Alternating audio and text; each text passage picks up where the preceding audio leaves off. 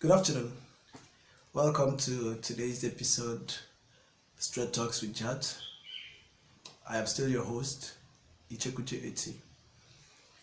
Today, from the feedback we got from our last episode, we decided to handle a very important topic, and I would like to caption it this way: for better, for worse, the language of commitment.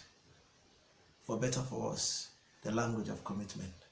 Yes, you might be wondering why are these phrases or sentences during wedding, for better, for worse, for richer, for poorer, in health and in sickness, in joy and in sorrow, as long as I live, or till death do us part. And some churches would say it's not scriptural, but that is ignorance of the meaning and import of the word love. Love in our English translation does not exactly explain effectively what love is all about. According to the Greek word, love has got about four areas. We have eros, storge, philios, and agape. And it is only marriage that is the only place where these whole four types of love is portrayed perfectly. Most of the times we enter into marriage with philos or eros or even storge, and we call it love. Any love built on either of these three won't last, except there is that fourth one, which is exactly the love that Christ was talking about in the book of John 3:16. For God so agape the world, love without condition.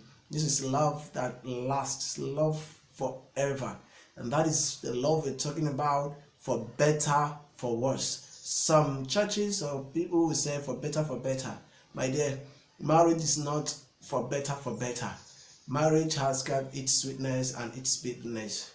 And until we understand the import of that vow that we take before the altar, then we may not understand fully the meaning of commitment and its importance in marriage or relationship. Commitment, to commit, to put something or someone into trust. Commitment, in other words, is to be bound to someone emotionally, intellectually, even financially. When we see you committed to this person, you're committed to trust, you're committed to be faithful, you're committed to just be with that person, you're not expected to be a rat that will eat the fish it was meant to keep. You're meant to, cherish, hold, protect, honor that particular thing or person. That is what commitment is all about. And commitment is a virtue. Commitment is one thing that every Christian is known for. Now, if commitment is about trust, let's see it from this other angle. That commitment also is the ability to keep to a. So commitment is also a promise or agreement to keep or to do something in the future. That's another area of commitment we would like to see, and that is where those promises comes in, Now you have already said, I will hold you, I will love you, I will cherish you. In fact, after my wedding, I noticed something I have never noticed before. I noticed that there is a slight difference between, the vow of the woman for the man and that of the man for the woman. There is a slight difference. Just a particular word is contained in that of the man or in that of the woman, but not in that of the woman of the man. Now, I would like you to check it out yourself. Every man needs to study that vow. Every woman also. There is something that is in yours as a woman you are promising the man that is not in that of the man's. So commitment. You have made that promise that day before the congregation, before God. I will love, I will cherish, I will keep, I will protect. Then the woman have said, I will love, I will keep, I will protect, I will honor, respect, which is also in the other one. And now the woman will add, I'll be submissive or obey. This is not in that of the man. Yeah, check it well. So commitment is both ways. No marriage, and I repeat, no marriage can work where the couple have not agreed to be committed to each other. Commitment is not one-sided. Commitment is something that both parties must do. Let me tell us, if your wife is committed to protecting and keeping that marriage, making it survive, and you as the husband, you don't care, there's no height of commitment from your angle, then that marriage is headed for the rocks. Vice versa.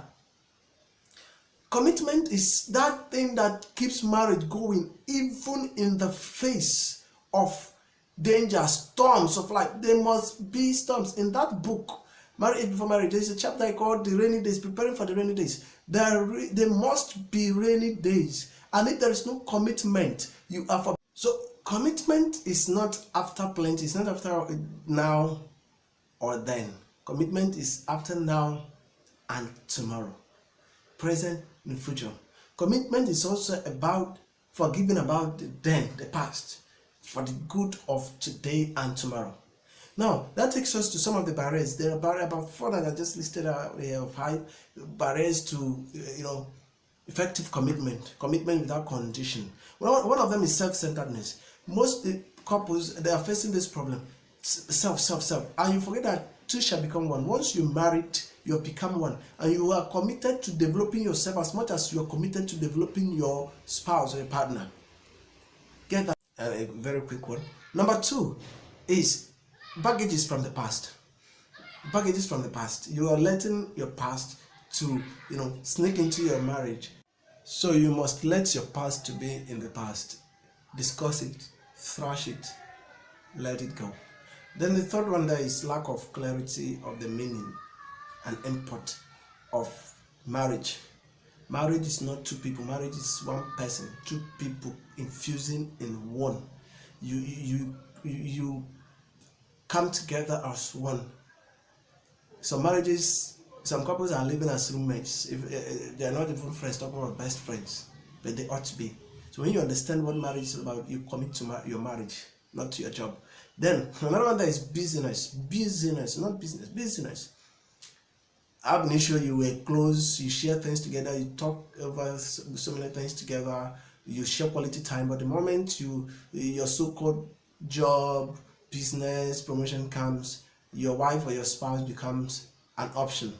Business is one major problem and one major canker on eating so deep into the fabrics of marriages today. You must make out quality time.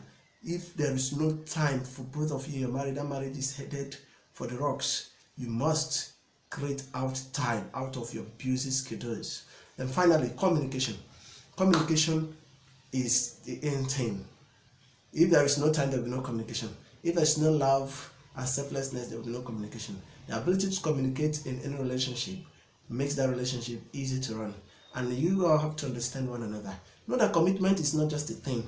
Commitment is an act. Commitment is love. Commitment is agape. Commitment is honesty. Commitment is sincerity. Commitment is faithfulness. Commitment is trust. Commitment is understanding, mutuality. Commitment is sacrifice. Commit to your marriage, not to your job, not to your family, not to your friends, not to your hobbies, but commit to your marriage. One person you must commit to effectively after God is your spouse. Failure to commit effectively to your spouse is tantamount to the destruction of that lovely marriage. I wish you the best, a sweet home, a sweet family, a sweet marriage. Let's restore commitment back to our marriages. And I bet you that marriage will be sweeter than honey. I remain yours, J.A.T., your counselor. Please subscribe to this YouTube channel for more quality content.